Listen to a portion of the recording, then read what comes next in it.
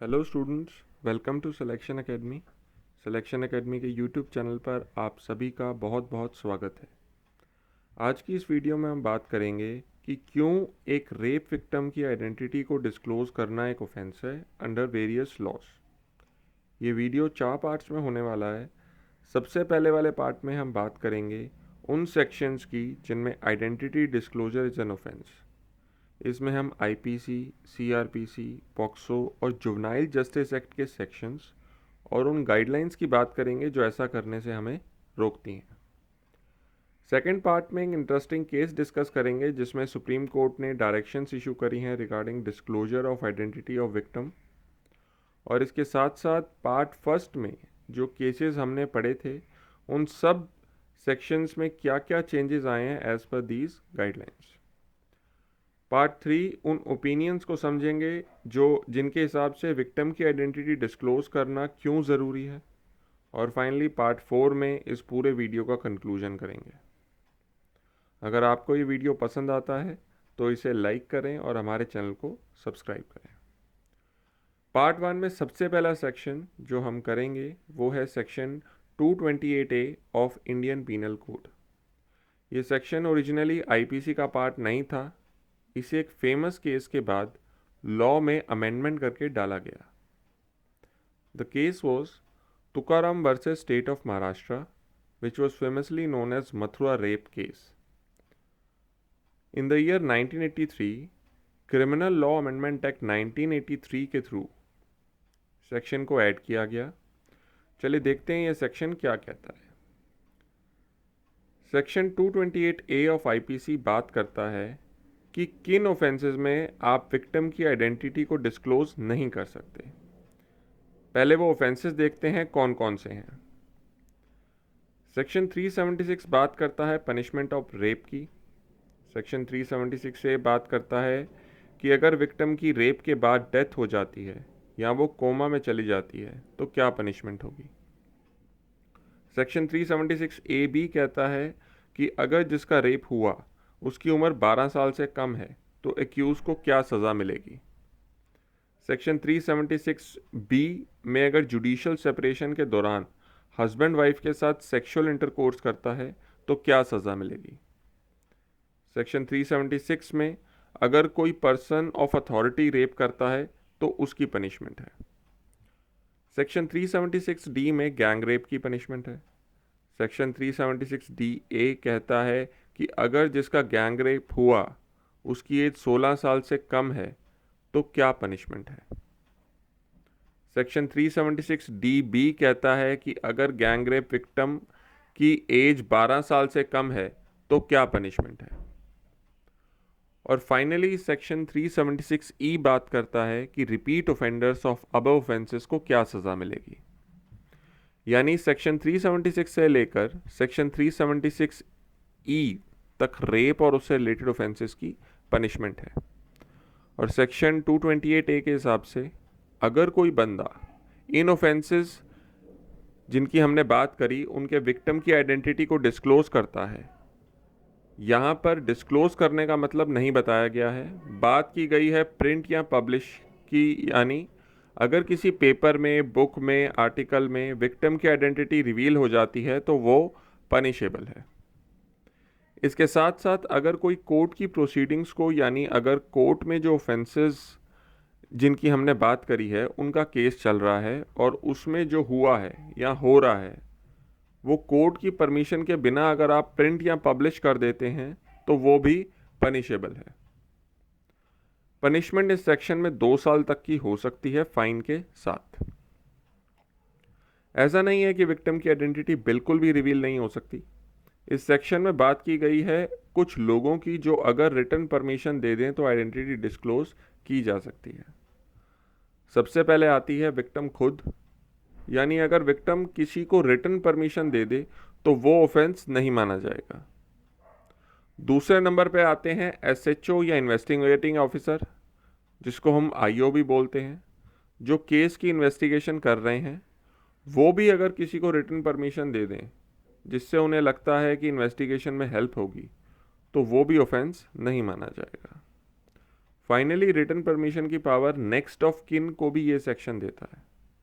Law में कहीं भी नेक्स्ट ऑफ किन का मतलब नहीं समझाया गया है, पर जनरली इसमें husband, parents, children, sibling, relatives etcetera आते हैं।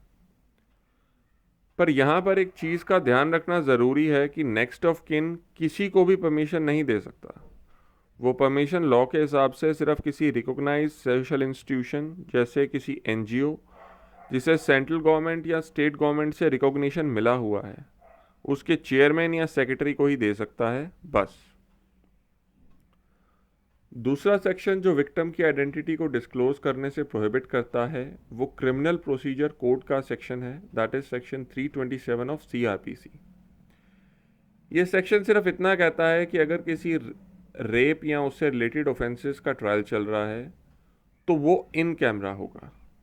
इन कैमरा का मतलब होता है कि पब्लिक को कोर्ट रूम का एक्सेस नहीं होगा, और कोर्ट रूम में सिर्फ प्रिजाइडिंग ऑफिसर, कोर्ट का स्टाफ, एक्यूज्ड और उसका काउंसिल, पब्लिक प्रोसिक्यूटर, विटनेस, और अगर विटनेस चाहे तो वो खुद प्रेजेंट रहेंगे। अगर किसी और बंदे को कोर्ट रूम में एंटर करना है तो जज अलाउ कर सकता है अगर उसे सही लगे, या दोनों में से कोई भी पार्टी एप्लीकेशन दे कोर्ट में किसी को अलाउ करने की। यहाँ पर जो जज होगा वो सिर्फ वुमेन जज ही होगी, और कोर्ट की प्रोसीडिंग्स को आप बिना कोर्ट की परमिशन के पब्लिश नहीं कर सकते। और अगर ऐसा करने की परमिशन कोर्ट आपको दे देता है तो उसमें भी पार्टीज का नाम और एड्रेस पब्लिश नहीं होगा। अगर आप अभी तक इस वीडियो को ध्यान से देख और सुन रहे होंगे तो आपने एक चीज़ नोटिस करी होगी कि एज की कहीं बात नहीं हुई, यानी इन दोनों सेक्शंस में एज लिमिट का कोई इशू नहीं है। These sections are applicable to all age groups. पर अब जो सेक्शंस हम करने जा रहे हैं उनमें एज लिमिट इज़ देयर, यानी ये सेक्शन सिर्फ उन्हीं पर एप्लीकेबल होंगे जो 18 साल से कम उम्र के हैं। और साथ ही साथ सेक्शन 228A सिर्फ वुमेन विक्टिम्स पर एप्लीकेबल है, पर ये सेक्शंस जिनकी हम बात करेंगे जेंडर न्यूट्रल है, यानी applicable to both genders. POCSO, जिसकी फुल फॉर्म है protection of children from sexual offences, 2012 का एक्ट है, और इसके 3 सेक्शंस विक्टिम की आइडेंटिटी डिस्क्लोजर को प्रोहिबिट करते हैं।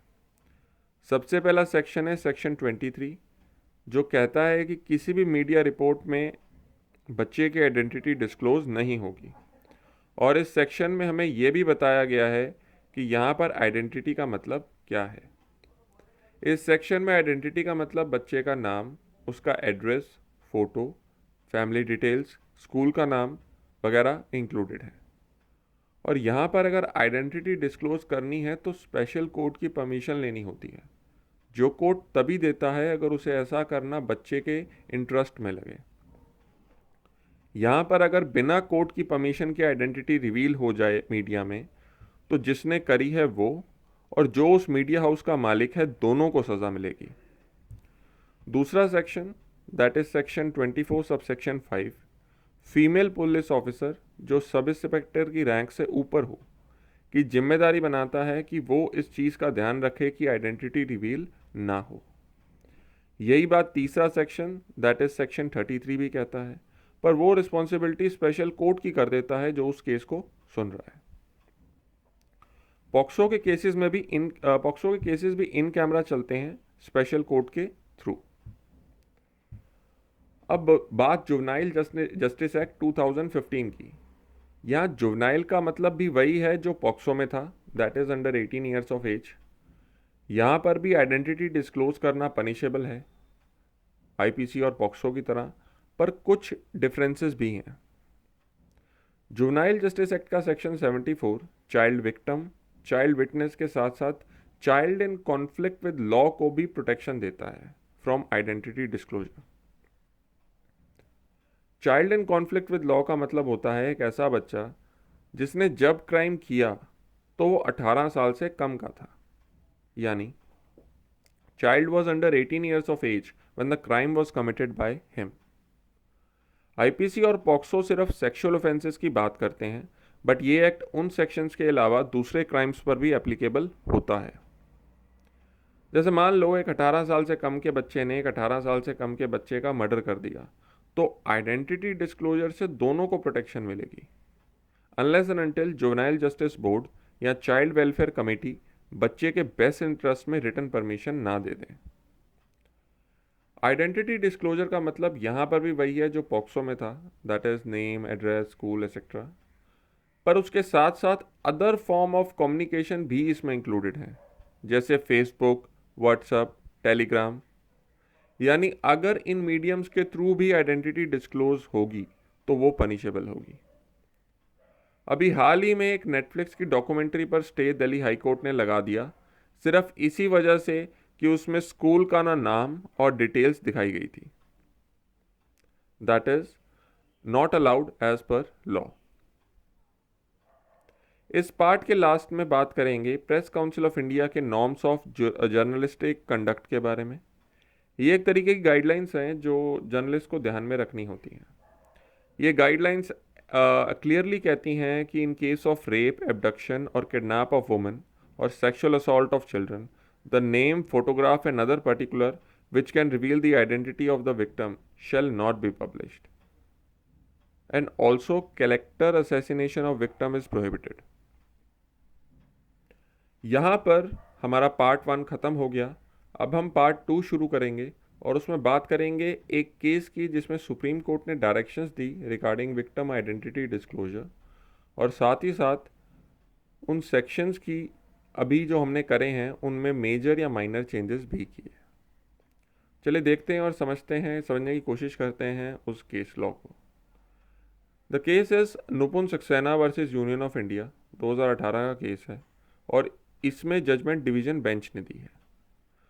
सुप्रीम कोर्ट ने इस केस में एग्जामिन किया सेक्शन 228A ऑफ आईपीसी, जो एप्लीकेबल है to all victims of rape and not just miners.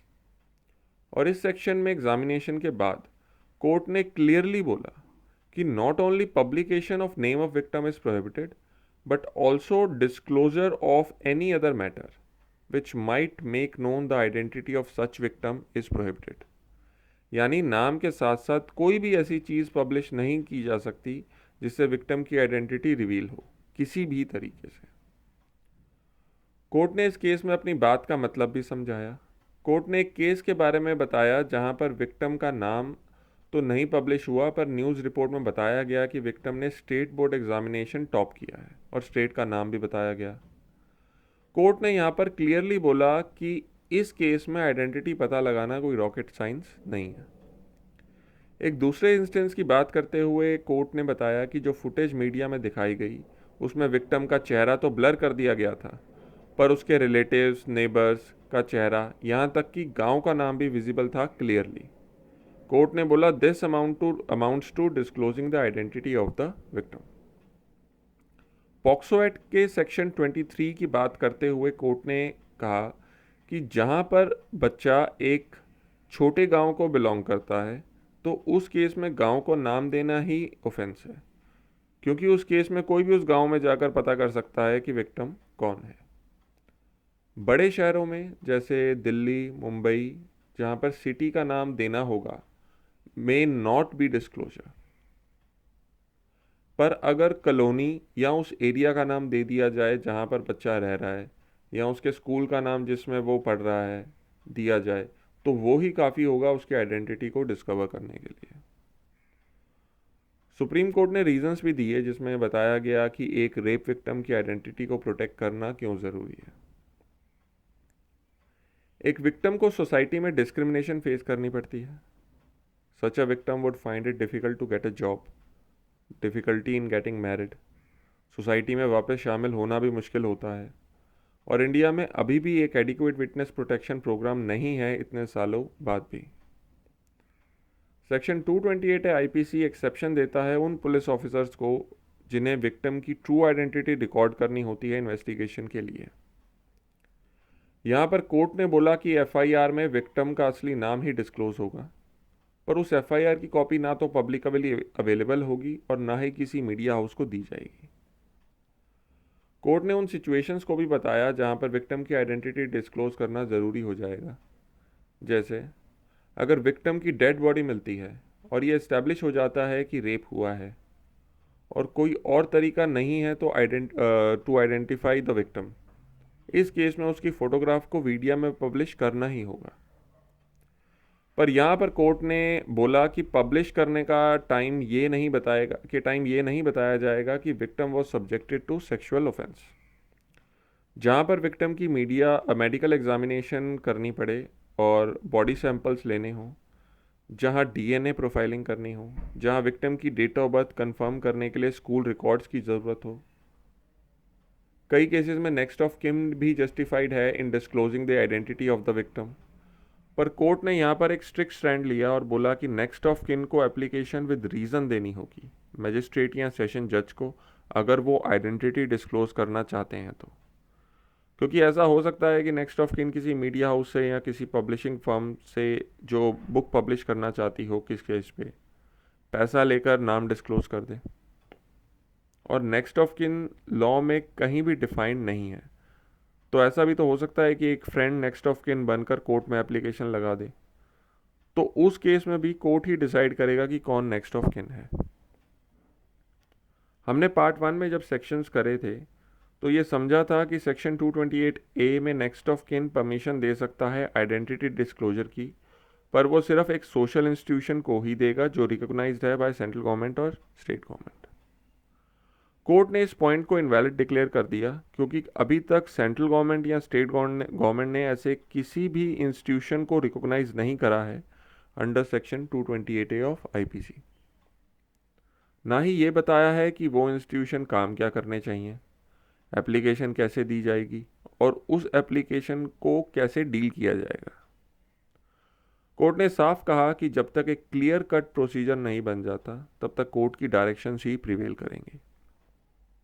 यानी अब नेक्स्ट ऑफ किन के पास कोई पावर नहीं रही to give permission under section 228A of IPC. Court ने इस केस में पुलिस ऑफिसर्स को भी डायरेक्शंस दी while dealing with case of such sensitive nature.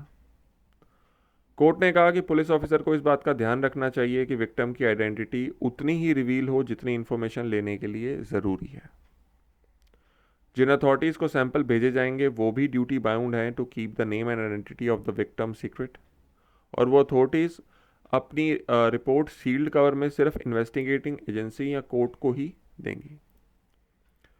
Police भी इस बात का ध्यान रखे कि अगर किसी कॉरस्पॉन्डेंस में या किसी मेमो में विक्टिम का नाम डिस्क्लोज हो रहा है तो वो डॉक्यूमेंट सील्ड कवर में ही शेयर किए जाएं और उन डॉक्यूमेंट्स को किसी भी बंदे को नहीं दिया जाएगा under right to information act of 2005। Court ने पुलिस को यह भी कहा कि आप 2 सेट ऑफ डॉक्यूमेंट्स मेंटेन कीजिए, एक जिसमें विक्टिम की आइडेंटिटी हो उसे सील कवर में रखें, और अगर पब्लिक को वो डॉक्यूमेंट दिखाने ही है तो उनमें विक्टिम का नाम हटा दिया जाए और वो sealed cover document section 173 CrPC की रिपोर्ट के साथ कोर्ट में फाइल किए जा सकते हैं। इस केस में कोर्ट से 2 सवाल भी पूछे गए, जिसमें से पहला सवाल ये था कि क्या एक विक्टिम खुद अपनी आइडेंटिटी डिस्क्लोज कर सकती है या नहीं। इस सवाल के जवाब में कोर्ट ने बोला कि कुछ विक्टिम स्ट्रांग होते हैं और वो सोसाइटी को फेस करने की हिम्मत रखते हैं। कुछ विक्टिम दूसरे विक्टिम्स की हेल्प भी करते हैं और एक सोर्स ऑफ इंस्पिरेशन भी बनते हैं उनके लिए, और किसी को भी प्रॉब्लम नहीं होनी चाहिए अगर कोई विक्टिम अपनी आइडेंटिटी डिस्क्लोज करे, प्रोवाइडेड वो मेजर हो। दूसरा सवाल ये पूछा गया कि एक डेड विक्टिम की आइडेंटिटी को डिस्क्लोज करने में क्या इशू है। इस पर कोर्ट ने बोला कि even dead have their own dignity, और ये ज़रूरी नहीं है कि एक रेलिंग पॉइंट बनाने के लिए फेस रिवील किया जाए। यहाँ पर कोर्ट ने निर्भया का एग्जाम्पल दिया और कहा कि निर्भया एक सिंबल बनी कंट्री में प्रोटेस्ट के लिए, और उस केस की वजह से लॉ में मेजर चेंजेस भी आए, पर उसके लिए आइडेंटिटी रिवील होना ज़रूरी नहीं है। ये काम बिना आइडेंटिटी रिवील के भी किया जा सकता है। This is the end of part 2 of the video where we discuss in detail the directions of Supreme Court in the case of Nipun Saxena versus Union of India. Part 3 में उन points को समझेंगे जो ये कहते हैं कि victim की आइडेंटिटी रिवील होना क्यों ज़रूरी है। नेशनल क्राइम रिकॉर्ड ब्यूरो की फिगर्स अगर हम देखें तो हमें यह पता चलेगा कि इंडिया में रोज़ 93 रेप्स होते हैं, और इनमें से कितने रेप्स के बारे में लोगों को पता होता है या नहीं होता, ये आप और हम अच्छी तरह से जानते हैं। बहुत सारे केसेस में लोकल पुलिस एफआईआर नहीं लिखती क्योंकि इसमें जो एक्यूज होते हैं वो पावरफुल पोजीशन पर होता है। ऐसे केसेस में मीडिया का प्रेशर ही काम करता है। ऐसा हम निर्भया और हाथरस के केसेस में देख चुके हैं और उनका रिजल्ट भी हमारे सामने है। मीडिया के प्रेशर की वजह से ही पब्लिक अवेयरनेस हुई और गवर्नमेंट मशीनरी ने जल्दी जल्दी काम करना शुरू किया दोनों केसेस में। पर यह तभी पॉसिबल हो पाया क्योंकि पेरेंट्स सामने आए एंड दे डिमांडेड जस्टिस, और मीडिया ने उनकी वॉइसेस को एम्पलीफाई करने में हेल्प करी। What is your opinion on this subject? Do let us know in the comment section. अब वीडियो के फाइनल और कंक्लूडिंग पार्ट में बात करेंगे उन गाइडलाइंस की जो कोर्ट ने इशू करी निपुण सक्सेना के केस में। पहला, कोई भी विक्टिम की आइडेंटिटी को डिस्क्लोज नहीं कर सकता डायरेक्टली और इनडायरेक्टली। नेक्स्ट ऑफ किन के पास जो पावर्स थी under section 228A of IPC are no longer there. FIR of sexual offences shall not be made public. अगर कोई एक्यूज एक्विट हो जाता है केस में और विक्टिम को अपील फाइल करनी है अंडर सेक्शन 372 ऑफ सीआरपीसी, तो वो एक एप्लीकेशन मूव कर सकती है जिसमें she prays to the court to permit her to file petition under a pseudonymous name, जैसे एक्स और वाई, या कोई ऐसी आइडेंटिटी जो वो खुद चूज करे। पुलिस ऑफिसर्स को सारे डॉक्यूमेंट सील्ड कवर में रखने होंगे और अगर कुछ पब्लिक के साथ शेयर किया जाएगा तो उसमें विक्टिम का नाम हटा दिया जाएगा। हर उस अथॉरिटी जिसको विक्टिम के नाम का नाम डिस्क्लोज किया जाएगा वो उसे सीक्रेट रखेगी। और फाइनली, माइनर विक्टिम के केस में आइडेंटिटी रिवील तभी होगी अगर कोर्ट को लगेगा that it is in the best interest of the child. इस केस का लिंक वीडियो के डिस्क्रिप्शन में अवेलेबल है, अगर आप चाहें तो उसे पढ़ सकते हैं। और इसी केस में सुप्रीम कोर्ट ने कलकत्ता हाई कोर्ट के केस की बात करी थी, that is Bijoy versus state of west Bengal, 2017 का केस है। उसका लिंक भी डिस्क्रिप्शन में अवेलेबल है। इस केस में भी कलकत्ता हाई कोर्ट ने कुछ गाइडलाइंस दी हैं। आपको ये वीडियो कैसी लगी हमें कमेंट सेक्शन में ज़रूर बताइएगा। Thank you very much.